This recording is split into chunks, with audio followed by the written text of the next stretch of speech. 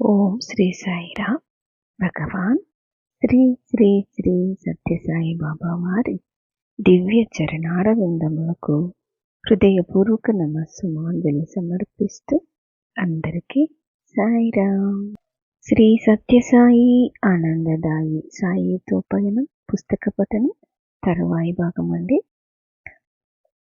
ఈ రోజులలో భగవాన్ శ్రీ సత్యసాయి బాబా వారితో ప్రత్యేక సంభాషణ అవకాశం లభించటం ఎంత కష్టమో భక్తులందరికీ తెలుసు. ఇటువంటి సదవకాశం కోసం జనులు వారాల కొద్దీ నెలల కొద్దీ నిరీక్షిస్తూ ఉంటారు. కానీ అదృష్టవంతులైన ఏ కొద్ది మందికో మాత్రమే ఆ భాగ్యం లభిస్తుంది. 40వ 50వ దశకాలలో పరిస్థితి ఇందుకు పూర్తిగా భిన్నంగా ఉండేది. ఇప్పటి మాదిరిగా ఒక నిర్ణీత సమయంలో నిర్ణీత స్థలంలో ఎవరో కొందరితో స్వామి మాట్లాడడం అనేది పద్ధతి ఆ రోజులలో ఉండేది కాదు. మామూలు రోజులలో ఆశ్రమంలో అప్పుడు 30-40 కంటే ఎక్కువ మంది ఉండేవారు కాదు. చిత్రావతి నది సైకతాలలోనూ కల్పవృక్ష పరిసరాలలోనూ కొండల నడుమ భజన మందిరంలోనూ వంట ఇండ్లలోనూ ఎక్కడైనా భక్తుల మధ్యనే స్వామి తమ సమయాన్ని ఎక్కువగా గడుపుతూ ఉండేవారు. స్వామితో సంభాషణలు ఏదో ఒక క్రమానికి కట్టుబడినట్లుగా కాకుండా చాలా సహజంగా సాగేవి. కుటుంబ విషయాలు, వ్యక్తిగత సమస్యలు, వేదాంత విషయాలు, సాధకులకు సలహాలు మొదలైన అనేక విషయాలపైన సంభాషణలు నడిచేవి. కాలం గడిచే కొద్దీ భక్తుల సంఖ్య వేలల్లో లక్షణల్లో పెరుగుతూ వస్తున్నది. అందుచేత వ్యక్తిగతమైన ప్రత్యేక సంభాషణలు అరుదైపోయాయి. ఇప్పుడు స్వామి బృందాలకు ఇంటర్వ్యూలు ఇస్తున్నారు. ఒకసారి స్వామి మాతో చెప్పినట్లుగా కొంతకాలానికి ఇది కూడా సాధ్యం కాకపోవచ్చు. స్వామి దివ్యోపన్యాసాలే ఇంకా అప్పుడు ఇంటర్వ్యూలు కావచ్చు. అందుచేత ఆనాడు సన్నిహితంగాను వ్యక్తిగతంగాను స్వామి మాతో చేసిన సంభాషణలను మేము ఎంతో అమూల్యమైనవిగా భావిస్తున్నాము. కనుక అవి ఇప్పుడు ముద్రింపబడడం ముదావహమైన విషయం. 1946 నుండి 67 వరకు దినచర్య పుస్తకంలో నేను వ్రాసిపెట్టుకున్న దానిలోని ఆ భాగాలు ఈ అధ్యాయంలో పొందుపరుస్తున్నాను. ఆ వ్రాతలను ప్రచురించాలన్న ఆలోచన అప్పుడు మాకు లేకపోవడం చేత ప్రతిసారి తారీఖులో వ్రాయలేదు. నేను ఇతరులు స్వామిని అడిగిన ప్రశ్నలన్నీ గంభీరమైనవి కూడా నేను చెప్పడం లేదు. కానీ సమాధానాలు మాత్రం స్వామి చెప్పినవి కనుక దివ్యత్వపు ముద్ర కలిగినవి, అగాధమైనవి. వాటిలో కొన్నింటి యొక్క అంతరార్థం పూర్తిగా నాకు తెలియలేదు. కానీ అవి స్వామి చెప్పిన సత్యాలు కనుక ఒక్క వాక్యం కూడా నేను విడిచిపెట్టలేదు. పాత మందిరంలో ఒకసారి నాగులకట్ట దగ్గర భగవాన్ శ్రీ సత్యసాయి బాబా వారితో కలిసి భక్తులందరం కూర్చొని ఉన్నాము. అప్పుడు ఒకరు ఇలా అడిగారు, స్వామి, మేము మిమ్మల్ని ధ్యానిస్తే అది మీకు ఎలా తెలుస్తుంది? ఓహో, చక్కగా తెలుస్తుంది. నాలో ఉన్న చైతన్యము మీలో ఉన్న చైతన్యము ఒకటే కదా. నాది ప్రకాశవంతంగా ఉంది, మీది మందంగా ఉంది, అంతే తేడా. నా దర్శనం మీ చైతన్యాన్ని ప్రకాశవంతం చేస్తుంది. నామస్మరణ వల్ల ధ్యానం వల్ల మనస్సు ప్రకాశవంతమవుతుంది. ప్రకాశవంతంగా ఉన్న మనస్సుకు ప్రతి ఒక్కటి స్పష్టంగా తెలుస్తుంది. స్మరణ అనే వేడి వల్లే వెన్న నెయ్యి అవుతుంది. ఇంట్లో ఒక చోట ఉదబత్తి వెలిగించామనుకో, ఆ సువాసనను ఇంట్లో ఎక్కడ ఉన్నా ఆగ్రహించవచ్చును కదా. అలాగే మీరు నన్ను ధ్యానించినప్పుడు నాకు తెలుస్తుంది. స్వామి, స్వప్నాలలో మీ దర్శనం మాకు లభిస్తుంది కదా, అది నిజమా స్వామి అన్నాడు ఒక భక్తుడు. అవును, ఆధ్యాత్మిక విషయాలలో వచ్చే సందేహాలకి పరిహారంగా మీకు వచ్చే కలలన్నీ నిజమే. అయితే మీరు స్మరించినంత మాత్రం చేత నేను మీ కలలోకి రాను. నాకు మీ జ్ఞాపకం వచ్చినప్పుడు మాత్రమే నేను మీ స్వప్నంలో కనిపిస్తాను. స్వామి, నామస్మరణ వల్ల ఒక్క జన్మలోనే ముక్తి పొందడం సాధ్యమవుతుందా? ఇప్పుడు స్వామివారు అన్నారు, జన్మలు ముఖ్యము కావు, సాధన ఒక్కటే ముఖ్యమైనది. ఎంత శ్రద్ధతో సాధన చేస్తే అంత ఫలం ఉంది. తప్పులను క్షమించమని ప్రార్థించకండి. నేను చేసిన తప్పులకు తగిన శిక్ష అనుభవించేలాగా చేసి నీ వద్దకు త్వరగా చేర్చుకో అని ప్రార్థించండి. క్షమించమని ప్రార్థిస్తే అది మీ సాధనకు ఆటంకమవుతుంది. అప్పుడు భక్తుడు అడిగాడు, స్వామి, కర్మ అంటే మేము ఏ కర్మలను చేయాలి, వేటిని మానాలి? అది మాకు తెలియలేదు స్వామి. అప్పుడు స్వామివారు అన్నారు, మీ శరీరంలో శక్తి ఉంటే, చేతిలో డబ్బు ఉంటే ఇతరులకు సహాయం చేయవచ్చును. మీకు చేత కాకపోతే పేదవారై ఉంటే ఉపకారం చేయనక్కర్లేదు, కానీ ఎవరికి అపకారం మాత్రం చేయవద్దు. నీవు ఇతరులకు కీడు తలంచకపోతే అదే గొప్ప ఉపకారం చేసినట్లు. సహాయం చేసేందుకు శక్తి లేకపోతే ఊరికే ఉండండి. అందువల్ల పాపమేమీ లేదు. ఇతరులలో తప్పులను వెతుకవద్దు. అవే తప్పులను చేసే ప్రవృత్తి మీలోనూ ఉండడం చేత మిమ్మల్ని మీరు సరిదిద్దుకోవాలి. మీరు పగటిపూట ఎంతసేపు జపధ్యానాలలో మనస్సును నిలుపుతారో రాత్రి అంతసేపు జీవాత్మ పరమాత్మలో లీనమవుతుంది. అలాగే లీనమవుతూ వస్తే మనస్సు క్రమంగా జపధ్యానాలలో చాలాసేపు స్థిరపడుతూ వస్తుంది. ఇంద్రజాలం మొదలైనవి నమ్మవద్దు. నేర్చుకునేందుకు అభ్యాసం చేసేందుకు ప్రయత్నించకండి. అప్పుడు కనిపించేవి దుష్టదేవతలు. భగవంతుడు అంత సులభుడు కాదు. సత్వగుణ సంపన్నుడైన భగవంతుడు ఇటువంటి క్షుద్రమైన వస్తువులలో చేరి మాటలాడడు. భగవంతునికి దిగువ 6వ మెట్టులో దుష్టదేవతలు, 7వ మెట్టులో మనుష్యులు ఉంటారు. భగవంతుని ప్రకాశం అన్ని మెట్ల మీద ప్రసరిస్తూ ఉంటుంది. మనుష్యుల కంటే ఆ దుష్టదేవతలకి బలం కొంచెం హెచ్చుగా ఉండడం చేత అవి భగవంతుని ప్రకాశ బలంతో తామే భగవంతుడిని చూపించుకునే శక్తిని కలిగి ఉంటాయి. వాటి వల్ల మోసపోవద్దు, జాగ్రత్త.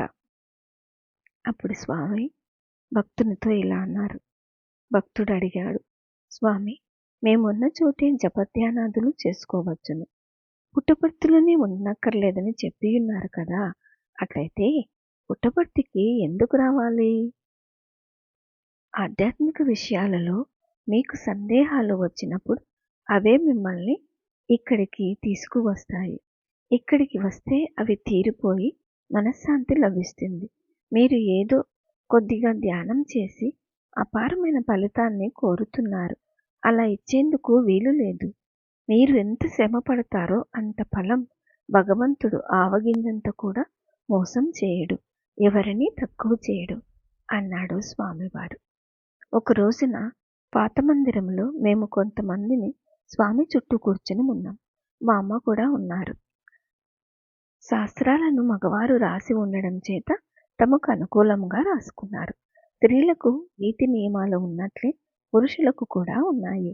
తల్లిలారా, నేను దక్షిణామూర్తిలాగా కూర్చొని మీకు చెప్తున్నాను అంటే అప్పుడు స్వామివారు కొంచెం చిన్నగా ఉండేవారు కదా. ఆయన చుట్టూ చేరి చాలామంది భక్తులు, వాళ్ళల్లో వృద్ధులే ఎక్కువ ఉండేవారన్నమాట. అందుకే స్వామివారు అలా అన్నారు.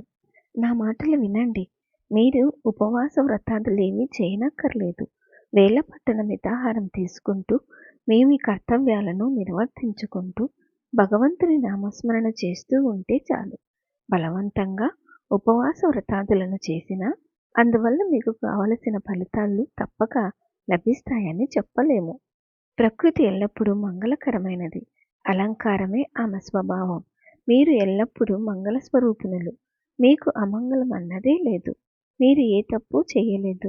మిమ్మల్ని అందరినీ నేను క్షమించాను, క్షమించాను, క్షమించాను. నిజమైన భక్తులను నేను మాటలాడించడమే లేదు. ఎందుకో తెలుసా? వారు ప్రేమతో నామస్మరణ చేయడం వింటూ ఉంటే నాకు చాలా ఇంపుగా ఉంటుంది. మాటలాడిస్తే స్మరణకి అంతరాయం కలిగించినట్లు అవుతుంది. అలా చేయడం నాకు ఇష్టం ఉండదు. మొదటిసారి చూసిన తర్వాత తరచుగా నా దర్శనానికి వచ్చే వాళ్లకు నాకు జన్మజన్మల అనుబంధం ఏదో ఉంటుంది. మరికొందరు ఎంత ప్రయత్నించినా రాలేరు. వాళ్లకు చూడాలన్న కోరిక కూడా ఉండకపోవచ్చు. నేను ఈ అవతారాన్ని పరిసమాప్తం చేసే ముందు నా ఆధ్యాత్మిక సంపద అంతా నా నిజభక్తులకు నిష్పక్షపాతంగా పంచిపెడతాను. 1948 మే నెలలో పుట్టపర్తి వెళ్ళి మేమంతా ఒక నెల రోజులున్నాం. అప్పుడు ఒకనాడు భక్తులందరూ షెడ్డులో కూర్చుని ఉండగా స్వామి తమలపాకులు నములుతూ వచ్చి ఒక ట్రంకు పెట్టు పైన కూర్చున్నాడు. అప్పుడు సంభాషణ ఇలా జరిగింది. ఒక భక్తుడు అడిగాడు, స్వామి, మేము నియమ నిష్టలతో వ్రతాలు సాధనలు చేయలేకుండా ఉన్నాం. మా వంటి వారి గతి ఏమిటి? స్వామివారన్నారు, కలియుగ మానవులు అన్నగత జీవులు, బలహీనులు. అందుచేత భగవంతుడు స్మరణము మననము అనే సులభ మార్గాలను చూపించాడు. రాత్రి పండుకునేటప్పుడు, భగవంతుడా, ఈరోజు ఉదయం నుండి రాత్రి దాకా చేసిన పనులు మంచివో చెడ్డవో నాకు తెలియదు. అన్నీ నీకే అర్పిస్తున్నాను. తెల్లవారేసరికి నేను ప్రాణాలతో లేస్తానో లేవనో నమ్మకం లేదు. నన్ను రక్షించు. నీకు అనంత ప్రణామాలు అని హృదయపూర్వకంగా ప్రార్థించి పడుకోండి. పొద్దున్నే లేవగానే, స్వామి, నీ దయ వల్ల సజీవంగా లేచాను. ఈరోజు రాత్రి వరకు ఏమి చేస్తానో తెలియదు. అందువల్ల పాపకార్యాలు చేయకుండా ఉండేటట్లు నాకు వివేకాన్ని కరుణించు. నీకు అంతులేనన్ని నమస్కారాలు అని భక్తితో ప్రార్థించండి. ప్రతిరోజు మరవకుండా ఇలా చేస్తే చాలు. అప్పుడు భక్తుడు అడిగాడు, స్వామి, భగవంతుడు అవతరించినప్పుడు అతనికి శత్రువులై ఉండిన వారు కూడా ముక్తి పొందుతారని పురాణాలు చెప్తున్నాయి కదా, అది ఎలా స్వామి? మళ్ళా భక్తుడే అడుగుతున్నాడు, శ్రీకృష్ణుని చేతిలో తనకు చావుందని తెలిసిన మీదట కంసాసురుడు అతనిని సంహరించేందుకు అనేక రకాల పన్నాగాలు పన్నాడు. ద్వేషంతోనూ భయంతోనూ ఎల్లప్పుడూ కృష్ణుణ్ణే తలుచుకుంటూ ఉండేవాడు. రాధ ప్రేమతో కృష్ణుని భజించింది. చంద్రావళి ద్వేషంతో అతనిని తలుచుకుంటూ ఉండేది. ఇద్దరికీ అతనిదే ధ్యానమైంది. ఈ విధంగా ముగ్గురు ముక్తి పొందారు. నన్ను కోపంతో నిందించినా, ప్రేమతో సేవించినా రెండూ నాకు సమ్మతమే. మీకు నా జ్ఞాపకం ఒకటి ఉంటే చాలు. అదే కావలసింది. ఇంతవరకు కానిస్టేబుల్స్, ఇన్స్పెక్టర్లు మొదలైన ఉద్యోగాల్లో ఉన్న వాళ్ళ వల్ల ఈ ప్రపంచాన్ని సరిదిద్దడం సాధ్యం కాలేదు. అందుచేత ఇప్పుడు మేజర్ జనరలే అంటే తమను చూపించుకొని రావలసి వచ్చింది. ప్రేమతో స్మరించిన, ద్వేషంతో స్మరించిన నాకు ఇష్టమే, కానీ ఆ రెండు పద్ధతులకి చాలా వ్యత్యాసం ఉంది. ద్వేష మార్గం భగవంతుణ్ణి ఇనప గొలుసులతో కట్టి మీ వద్దకు లాక్కోవడం వంటిది. ప్రేమ మార్గం మెత్తని పట్టుతాడుతో కట్టి భగవంతుణ్ణి మీ వద్దకు లాగుకోవడం వంటిది. నా వద్దకు వచ్చిన వారు సాధువులైన పాపాత్ములైన ఎవ్వరిని నేను నిర్లక్ష్యం చేసి వెళ్ళగొట్టను. నన్ను ప్రేమించిన, ద్వేషించిన అందరిని నేను ఆహ్వానిస్తాను. మీరు నన్ను జ్ఞాపకము ఉంచుకుంటే చాలు అని చెప్పారు స్వామివారు. ఒక రోజున మర్రి చెట్టు దగ్గరున్న బావిలో స్నానం చేసి వస్తున్నాం. కొండప్ప గారు మొదలైన భక్తులు కొందరు భక్తులతో స్వామి గుట్ట దిగి వస్తూ ఉండడం చూసాం. మేము కూడా శ్రీవారితోనే కలిసి మందిరానికి పోయాం. ఇక్కడెందుకు స్నానం చేస్తున్నారు? రాళ్ల సందుల్లో 2 పెద్ద పాములున్నాయట, కరిచి చంపేస్తాయి అన్నారు.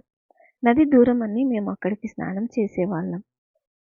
అప్పుడు రాధా అన్నారు, స్వామి, ఇప్పుడు మీరు ఎక్కువగా బయటికి రావడం లేదు, మాట్లాడడం లేదు, చాలా బాధగా ఉంది. స్వామివారు నవ్వుతూ, బాధపడడం ఎందుకు తల్లి? మీతో మాట్లాడితే మిగిలిన భక్తులు తమతో మాట్లాడలేదని తిడతారు. అందరికీ తృప్తి కలిగించవలసి ఉంటుంది. లేదు స్వామి, మీరు మాతో మాట్లాడు చాలా రోజులైంది. అమ్మాయి, ఇలా చూడు, తీపి పదార్థం ఒకేసారి ఎక్కువగా తింటూ ముఖం మొత్తిపోతుంది, మళ్ళీ కావాలని అనిపించదు. అలాగే నేను మీకు లడ్డూను పూర్తిగా ఇచ్చేస్తే మీరు మళ్ళీ పుట్టపర్తి రావడం మానేస్తారని నాకు తెలుసు. అందుకే ఒక్కొక్క బూందీ పూసనే వేస్తూ ఉంటాను మీ నోట్లో. దాని రుచి తెలిసిన మీరు మళ్ళీ మళ్ళీ ఇక్కడికి వస్తూ ఉంటారు. స్వామి, నేను రైల్వే శాఖలో తాత్కాలికోద్యోగిగా పని చేస్తున్నాను. కావలసిన దానికంటే అధిక సంఖ్యలో ఉద్యోగులు ఉండడం చేత నన్ను పనిలో నుండి తీసేస్తారేమో అని నాకు భయంగా ఉంది. నా ఉద్యోగం పోకుండా సహాయం చేయవలసిందిగా మేము ప్రార్థిస్తున్నాను స్వామి అని రామస్వామి అడిగాడు. అప్పుడు స్వామివారు ఆకాశంలోని చంద్రుని వైపు చూస్తూ, భయపడకు, ధైర్యంగా ఉండు. నీవు స్వామి భక్తుడివి కాబట్టి నిన్ను తీసివేయరు. నీ ఉద్యోగం ఖాయమవుతుంది కూడా. నేను దేవాది దేవుడను. నా మాట ఎప్పుడూ అసత్యం కాదు. ఆ విధంగా మా వారు ఉద్యమ స్వామివారు కాపాడిన విషయం మాకి గుర్తుకు వచ్చింది. కష్టం కష్టమని గొనగకండి. కష్టపడినంత కర్మ తీరిపోతుందని, తట్టుకోలేనంత కష్టం సంభవిస్తే వెంటనే విమోచనం కలుగుతుందని తెలుసుకోండి. శ్రీ తిరుమలరావు కురూపు గార్ల జీవితాలలోని కొన్ని సంఘటనలు అప్పుడు స్వామివారు వివరించారు. భగవంతుడు 15 రోజులు చీకటి, 15 రోజులు వెన్నెల ఉండేటట్టు ఎందుకు చేశాడు? అది మీ తెలివి కోసమే. కష్టసుఖాలు ఒకదాని తర్వాత ఒకటి వస్తూనే ఉంటాయి. ఏది శాశ్వతం కాదు. అలా చూస్తే మీరు కష్టపడేటప్పుడు భయపడేదానికంటే సుఖపడేటప్పుడు ఎక్కువ భయపడాలి. ఎందుకంటే సుఖం ముగిసిన వెంటనే కష్టం కాచుకొని ఉంటుంది కదా. రోగం మాట వచ్చింది, రోగం ఎక్కువగా విజృంభించింది ఉన్నప్పుడు రాత్రిపూట ఒక టెంకాయను రోగి చుట్టూ 3 సార్లు తిప్పి దానిని తన దగ్గర పెట్టాలి. తెల్లవారుజామున 3 లేక 4 దారులు కలిసే చోట దానిని పగలగొట్టాలి. అలా చేయడం వల్ల రోగం యొక్క తీవ్రత తగ్గి ఆరోగ్యం చేకూరుతుంది అని స్వామి చెప్పారు. స్వామి అలా కొట్టిన కాయను వీధిలోని పిల్లలు తీసుకుని తింటే అందువల్ల వారికి ఏమీ కీడు కలగదా అని నేను అడిగాను. లేదు, కీడు కలగదు, అందుకోసమే వారిని నేను పుట్టించాను అని స్వామి బదులు చెప్పారు. ఓం శ్రీ సాయిరామ్. తర్వాయి భాగం వచ్చే వారం విందామండి. జై బోలో భగవాన్ శ్రీ సత్య సాయి బాబాజీకి జై. సమస్తలోకాః సుఖినో భవంతు. ఓం శాంతి శాంతి శాంతి. అందరికీ సాయిరామ్.